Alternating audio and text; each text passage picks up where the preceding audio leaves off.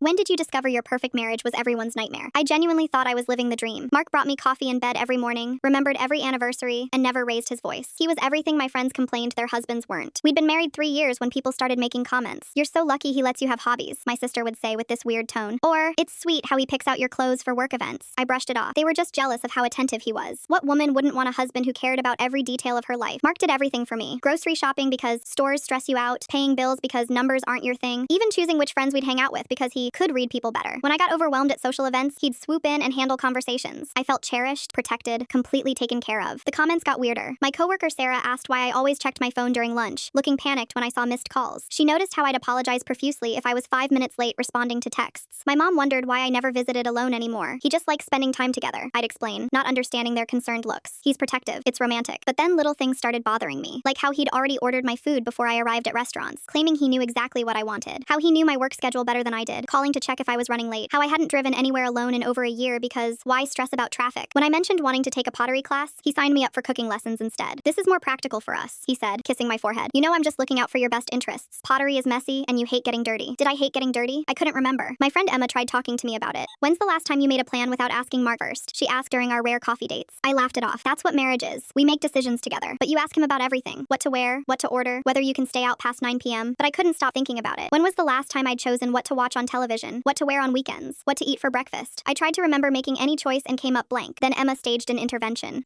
She sat me down with printed screenshots of my own social media from before I met Mark, photos going back 5 years. I stared at them like they were pictures of a stranger. This woman was laughing with different friends, wearing bright colors and bold makeup, posting about rock climbing and art galleries. She looked confident, spontaneous, alive. "You used to paint," Emma said quietly, pointing to a photo of me covered in rainbow splatters. "You were training for a marathon. You traveled alone to 3 countries." I looked at my recent posts. Couple photos where Mark's arm was always around me, captions he'd suggested because "you're not great with words, babe," check-ins at places he'd chosen. I was wearing beige in every picture. "I like beige," I said weakly. "Since when? When's the last time you made a decision by yourself?" Emma asked. I opened my mouth to answer and realized I couldn't remember. Not one. Not in 3 years. Every choice, from what brand of shampoo to buy to which route to take to work, had been made by Mark for my own good. That night, I told Mark I wanted to visit my parents alone this weekend. Just me, for Saturday afternoon. His face changed completely. The loving smile vanished, replaced by something cold and calculating. "Why would you want to do that?" His voice was still gentle, but there was steel underneath. "I just miss talking to my mom one-on-one. But I love your parents. We always visit together. It's better that way." His hand tightened on my shoulder. "Are you trying to hide something from me?" "No, I just thought, is someone putting ideas in your head?" "Emma, maybe? I've noticed she's been very negative about our relationship lately. Very toxic. Maybe it's time you stop seeing her." The way he said it wasn't a suggestion, and suddenly, I saw it. Every friend who'd gradually disappeared from my life after Mark found fault with them. Every hobby I'd lost interest in after he pointed out their flaws. Every opinion I'd stopped expressing after he gently corrected me. Every decision that had been slowly taken away. For the first time in 3 years, I saw who he really was. And more terrifyingly, I realized who I'd become.